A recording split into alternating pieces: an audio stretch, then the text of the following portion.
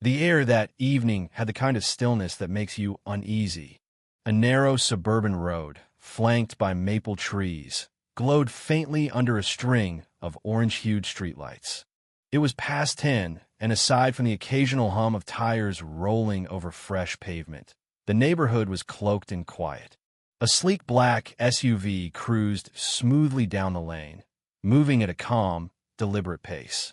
Inside the vehicle sat General Adrian Wallace, recently retired from active duty, his posture straight as a ruler, hands relaxed but precise on the wheel. Dressed in a dark shirt and slacks, Adrian could have passed for any working professional heading home. But there was a certain air about him, quiet authority born not from ego, but experience. 32 years in the United States Army had sculpted him into a man who didn't command attention. He embodied it. The evening had followed a long day at the National Defense Strategy Symposium in Alexandria. Adrian wasn't fond of conferences, too much talking, too little action, but as a four-star general, his presence had been non-negotiable. He'd spoken on resilience, on reform, on loyalty. He had shaken hands with generals, civilians, senators. But now, he just wanted to go home. That peace was interrupted by the sudden flash of red and blue in his rearview mirror. Adrian exhaled quietly, slowing to a stop on the side of the road. He hadn't been speeding.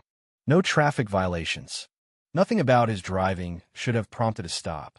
But he already knew why he was being pulled over. This wasn't the first time. It wouldn't be the last. The patrol car behind him idled for a moment before a door opened. From it emerged Officer Brandon Kessler, 28 years old, high-strung and hungry for authority.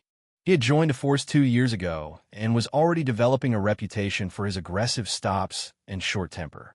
Tonight, Kessler was feeling bold. He approached the SUV, right hand hovering near his holster, left hand tightening into a fist before knocking hard on the window. Adrian rolled it down smoothly, eyes level. "Good evening, officer," he said calmly. "May I ask what I'm being stopped for?" "License and registration," Kessler barked, ignoring the question. Adrian offered both documents without protest. "Of course." Kessler snatched the wallet and registration, scanning the license with furrowed brows.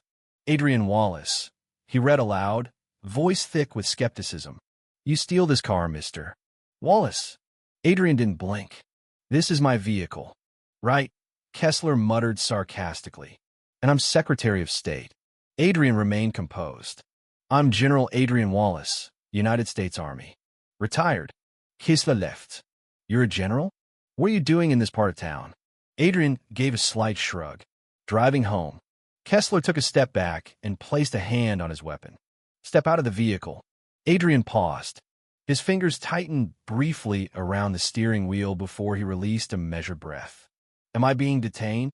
"Now," Kessler snapped. Adrian unbuckled, stepped out, and stood tall. The streetlight bathed his face in gold. "You're making a serious mistake. Turn around."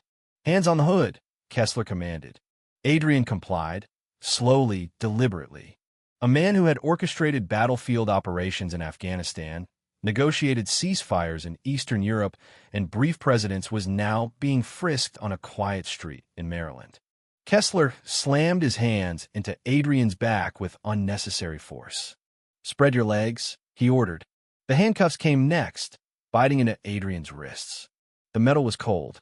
His breath remained steady. But the insult? That stung deeper than pain. "I've arrested cartel enforcers, drug runners, you name it," Kessler said proudly. "You're just another lying son of a—" "That's enough," Adrian said quietly. Kessler didn't respond. He shoved Adrian toward the squad car, opened the back door, and forced him inside. At the precinct, fluorescent lights flickered overhead. It was a typical night: paperwork being shuffled, detainees being processed, a stale pot of coffee turning cold on the counter. Kessler strutted in like he'd just brought in a fugitive from the FBI's most wanted list. "Got another one," he announced. "Claims he's a general." No one laughed. In fact, the room grew oddly quiet. Behind the booking desk, Sergeant Ron Whitaker looked up, and the second he laid eyes on Adrian, he froze. That's not who I think it is it?" Adrian said nothing. Whitaker stepped forward slowly, squinting. Sir General Wallace? Adrian nodded once. It was all the confirmation needed. Kessler frowned. What the hell is going on? Whitaker turned on him, voice sharp. You cuffed General Adrian Wallace? Who the hell is General Wallace? Whitaker didn't answer. He picked up the phone, dialed a secure number, and waited. His knuckles whitened around the receiver. A voice finally answered.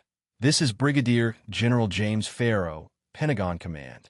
Sir, Whitaker said, voice low and shaking. We have General Wallace in custody. He was detained during a traffic stop. There was silence. Then you what? Whitaker flinched. He's here, sir. He was brought in by one of our patrol officers. You have 30 seconds to let him go, the voice growled, before this becomes a national scandal. Whitaker slammed the receiver down. His hands were trembling as he barked, Kessler, uncuff him. Now. Kessler blinked. What? You cuffed a 4-star general, you idiot. That man has the direct line to the Joint Chiefs. Kessler's face went pale. But he didn't look like. Finish that sentence, Whitaker snapped. And I'll have your badge in my hand before the end of the hour. Moments later, Adrian was released from the holding room. The station was silent. Eyes averted. Kessler stood rooted in place, his expression a mixture of shame, fear, and confusion. Adrian walked slowly, rolling his wrists. The pain was irrelevant now.